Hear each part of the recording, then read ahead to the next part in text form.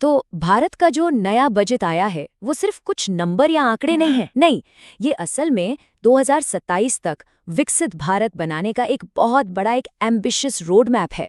तो चलिए साथ मिलकर समझते हैं कि इस विजन का आखिर मतलब क्या है। देखिए, इस पूरी योजना के केंद्र में, या कह सकते हैं कि इसके दिल में, विकसित भारत का विजन है। और इसका मकसद सिर्फ देश की इकोनॉमी को एक बड़ी छलांग दिलवाना नहीं है, नहीं, बल्कि ये पक्का करना है कि जो भी ग्रोथ हो उसका फायदा देश के हर एक नागरिक तक पहुंचे। तो एक तरह से ये एम्बिशन और इंक्लूजन, यानी महत्वाकांक्षा और सबको साथ लेके चलने के बीच एक बैलेंस बनाने की कोशिश है। आकांक्षा को उपलब्धि में बदलना, ये एक लाइन आप कह सकते हैं कि इस पूरे बजट के मिशन को एकदम सटीक तरीके से बताती है। और इसका मतलब भी बिल्कुल सीधा है कि देश में जो पोटेंशियल है, जो क्षमता है, उसे अब सिर्फ कागजों पर नहीं बल्कि ज़मीनी हकीकत में बदलना है। तो सवाल ये उठता है कि इस विजन को हकीकत में बदला कैसे जाएगा।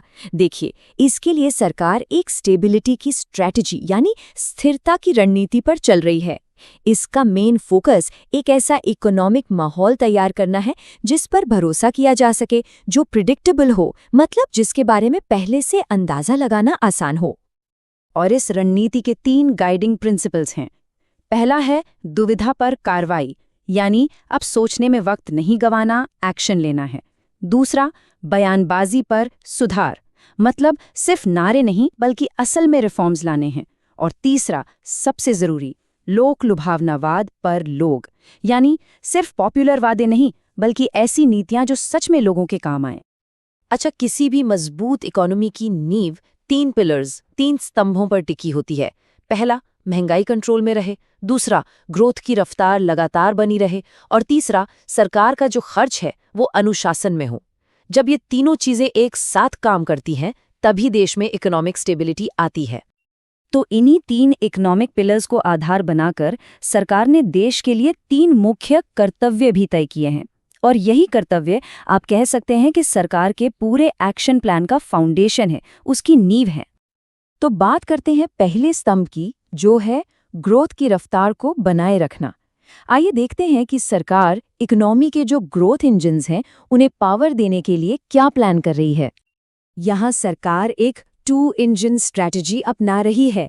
ये 2 इंजन है, मैन्युफैक्चरिंग और सर्विसेज। प्लान ये है कि इन दोनों सेक्टर्स को एक साथ रफ्तार दी जाए ताकि इकोनॉमिक ग्रोथ तेजी से हो सके। तो अगर हम मैन्युफैक्चरिंग की बात करें तो सरकार का फोकस भविष्य के जो स्ट्रेटेजिक सेक्टर्स हैं उन पर है, जैसे कि सेमीकंडक्टर, बायोफार्मा और इलेक्ट्रॉनिक्स। इन सभी एरिया में डोमेस्टिक प्रोडक्शन यानी घरेलू उत्पादन को मजबूत करने पर पूरा जोर है। और इसके पीछे का बड़ा मकसद क्या है?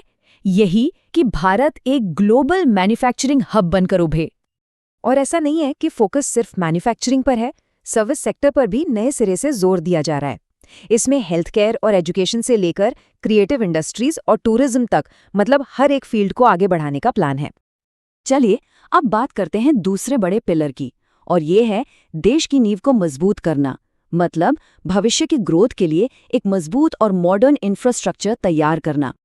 इसका मतलब है कि पूरे देश में सड़कों, बंदरगाहों और शहरों का एक वर्ल्ड क्लास नेटवर्क बनाने पर जोर है। लॉजिस्टिक्स, ट्रांसपोर्ट और अर्बन डेवलपमेंट जैसे जो बुनियादी प्रोजेक्ट्स हैं, उनमें भारी निवेश करने का इरादा बिल्कुल साफ दिखाई देता है। अब सवाल है कि ये निवेश कितना बड़ा है। तो जरा सा आंकड़े पर गौर कीजिए, 12.2 लाख करोड़ रुपए। और अगर हम इसकी तुलना 2015 से करें, जब ये सिर्फ 2 लाख करोड़ था, तो ये एक बहुत बहुत बड़ी छलांग है।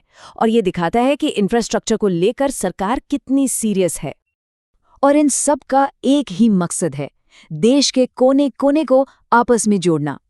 सोचिए, जब नए फ्रेट कॉरिडोर और हाई स्पीड रेल जैसे प्रोजेक्ट्स पूरे होंगे तो सामान और लोगों का आना जाना पहले से कहीं ज्यादा तेज और आसान हो जाएगा। लेकिन ये सब बड़ी बड़ी आर्थिक नीतियां, ये बड़े बड़े प्रोजेक्ट्स आखिर हैं किसके लिए? तो चलिए अब इसके ह्यूमन एंगल को समझते हैं। देखते हैं कि ये सब आम लोगों और छोटे बिजनेस को कैसे सपोर्ट करेगा। इस बजट में एमएसएमईज यानी हमारे जो सूक्ष्म, लघु और मध्यम उद्यम हैं, उन पर खास ध्यान दिया गया है, क्योंकि ये सब जानते हैं कि हमारी इकोनॉमी में इनकी भूमिका कितनी ज्यादा जरूरी है। इन छोटे और मध्यम बिजनेस को आगे बढ़ाने के लिए एक थ्री-प्रॉन्ग्ड अप्रोच यानी एक त्रिआयामी तरीका अपनाया जा रहा है। पहला, उन्हें आगे बढ़ने के लिए पैसा यानी इक्विटी सपोर्ट मिलेगा। दूसरा, उनके पेमेंट्स जल्दी क्लियर हों, इसके लिए लिक्विडिटी सपोर्ट दिया जाएगा। और तीसरा, सरकारी नियम कानून को समझने में उनकी मदद करने के लिए प्रोफेशनल सपोर्ट भी होगा। अब सिर्फ इंडस्ट्री ही नहीं, कृषि क्षेत्र को भी मॉडर्न बनाने पर पूरा जोर है।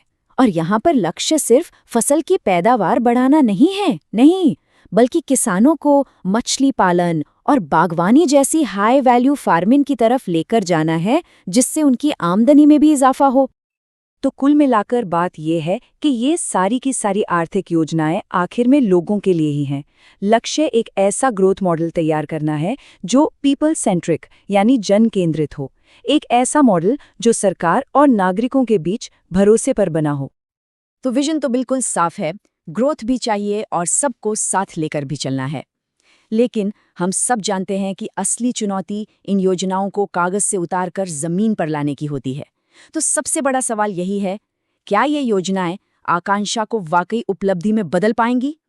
क्या भारत इस एम्बिशियस विजन को हकीकत बना पाएगा? इसका जवाब तो खैर आने वाला वक्त देगा।